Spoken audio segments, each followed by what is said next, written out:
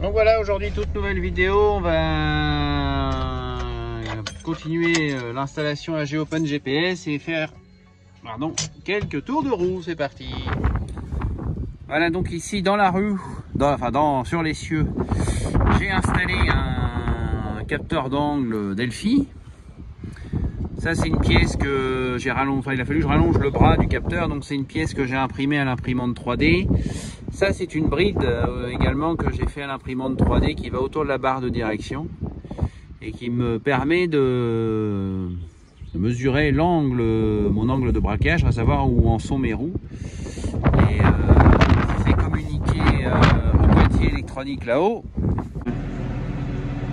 Voilà, donc là je me suis réaligné pour reprendre au bout de 5 passages, puisque j'ai réglé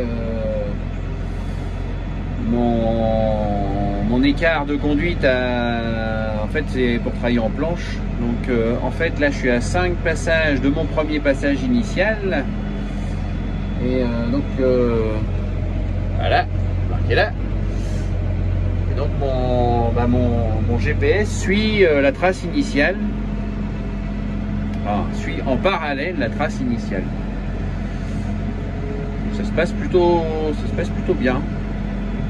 Voilà, donc là, présentation vite fait, montage du volant, donc une couronne et puis un petit pignon, le moteur Fidget qui est là derrière, et puis ce petit système là qui permet de débrayer, de renvoyer le système.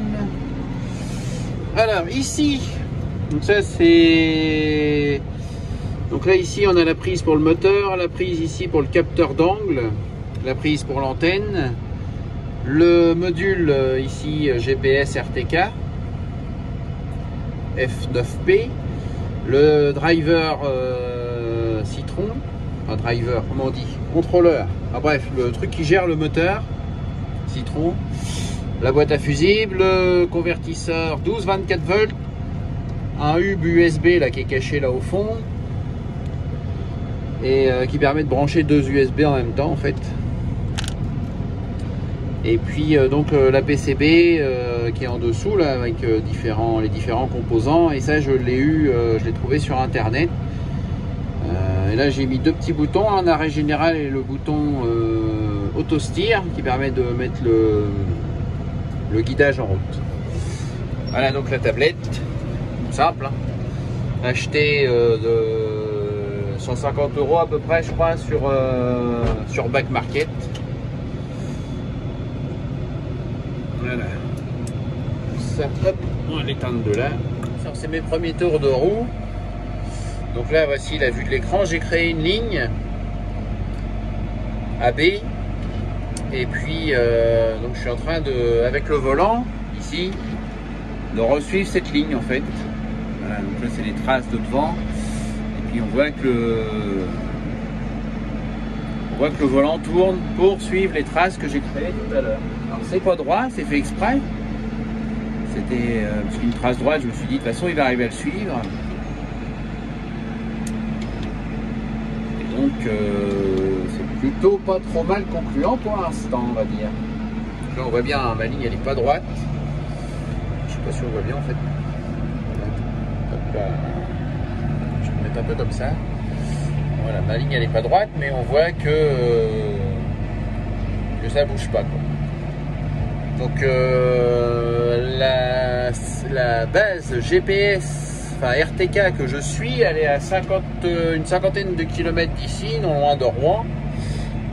Je suis connecté en N-Trip, c'est-à-dire en partage de connexion avec mon téléphone. J'ai une correction par internet. Et c'est assez concluant. On a le RTK en quelques minutes, voire quelques secondes. Et ça se passe plutôt bien. Bon, après au niveau précision, sachant que la base est très loin, voilà, ça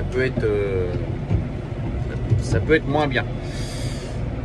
Donc, voilà. Donc là je fais un essai, là je roule super doucement, je suis à 0,3 km/h.